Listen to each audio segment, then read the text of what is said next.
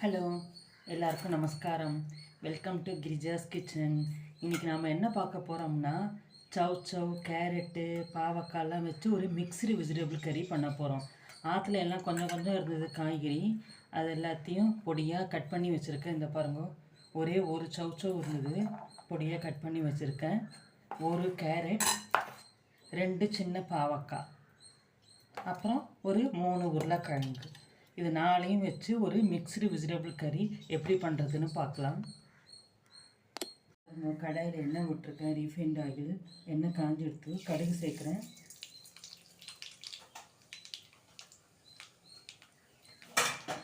மற்றபடி உளுத்தம்பருப்போ கடலைப்பருப்போ எதுவும் போடணுங்கிற அவசியம் இல்லை.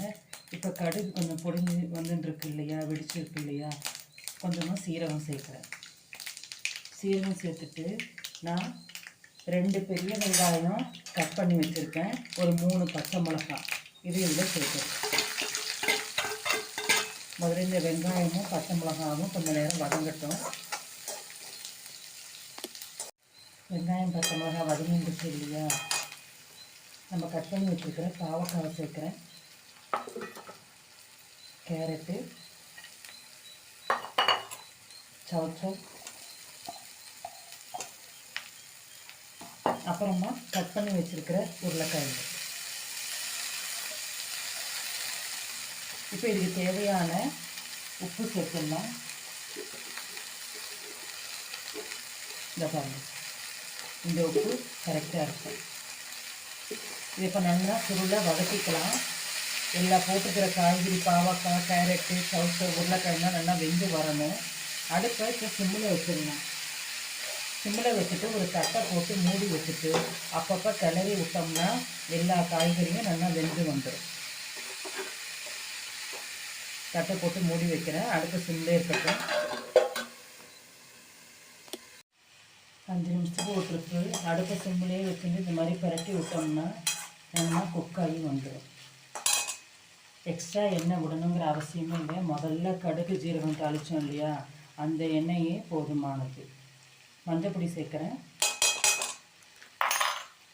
உப்பும் மஞ்சப்பொடியும் போட்டு பரட்டி விட்டு தட்டை போட்டு மூடி வச்சோம்னா எல்லா காய்கறியும் ஒத்தா மாதிரி நல்லா வெந்து வந்துடும்.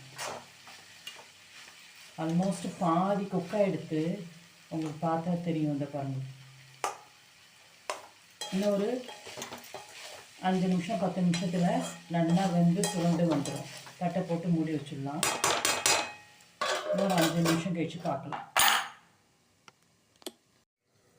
5 நிமிஷம் எடுத்து பார்க்கலாம். இதை பாருங்க, அடுப்பை சிம்மிலே வச்சுட்டு 5 நிமிஷத்துக்கு ஓட்டுருக்கு. இந்த மாதிரி அடி பிடிக்காமல் பரட்டி விட்டோம்னா நம்ம போட்டிருந்த சவ் கேரட்டு பாவக்காய் உருளைக்கிழங்கு எல்லாம் நல்லா சுருளை வதங்கி வந்துருக்கு.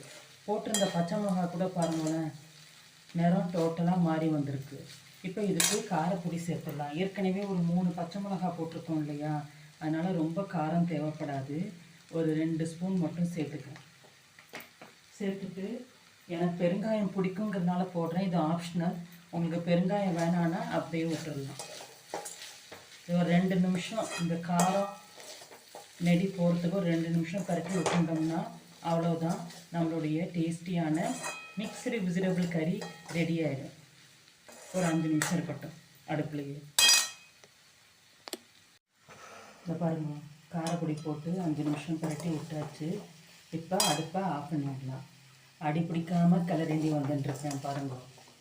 இப்போ நம்மளோட டேஸ்டியான சவ் கேரட்டு பாவக்காய் உருளைக்கிழங்கு போட்ட ஒரு மிக்ஸ்டு வெஜிடபிள் கறி ரெடியாக எடுத்து இதை நீங்கள் சாத்தில் போட்டு பிசைஞ்சு சாப்பிட்லாம். குழம்பு ரசம் எதுவும் பண்ணாத அன்னைக்கு சாத்தில் போட்டு பிசைஞ்சு சாப்பிட்லாம். சாம்பார் சாதம், ரசம் சாதம், தயிர் சாதம், சப்பாத்திக்கு சப்ஜியாக தொட்டுண்டு சாப்பிட்லாம். ரொம்ப நல்லா இருக்கும்.